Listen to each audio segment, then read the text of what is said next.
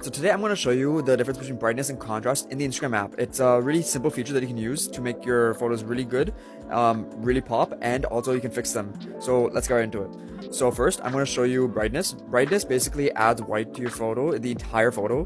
So you're going to see it's very bright, as you can see. And if we go dark, so on the lower side, so I think it's -99, you'll see that it's very dark. You have a lot of black added to it. So that's what brightness does. Contrast, on the other hand, is similar, but it does something kind of different too. So it kind of plays with the shadows. So you can see we're getting more shadows on like the darks especially. So if I go darker here, so on the 100, you're going to see a lot of the dark colors are more vivid. And if you go on the lighter side, you'd see everything kind of more desaturated. So you're getting rid of a lot of the shadows that you see present in the photos. So if I go to another photo here, let's just back out.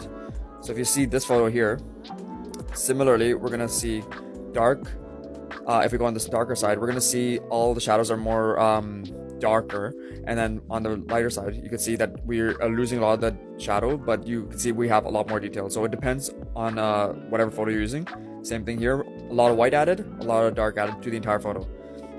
And if I go to the final photo, which is kind of like the darkest photo I'm going to show you today, same thing. So you can see we add a lot of dark, so a lot of black here into the shadows, and we get rid of the shadows, so we get a lot of definition back, but you lose the shadow.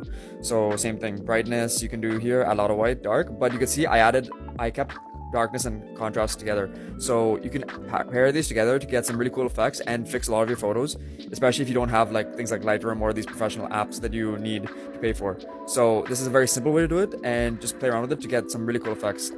It's a quick solve, and I really hope you enjoyed. So follow and like for more, and thanks for watching. Peace out. Bye.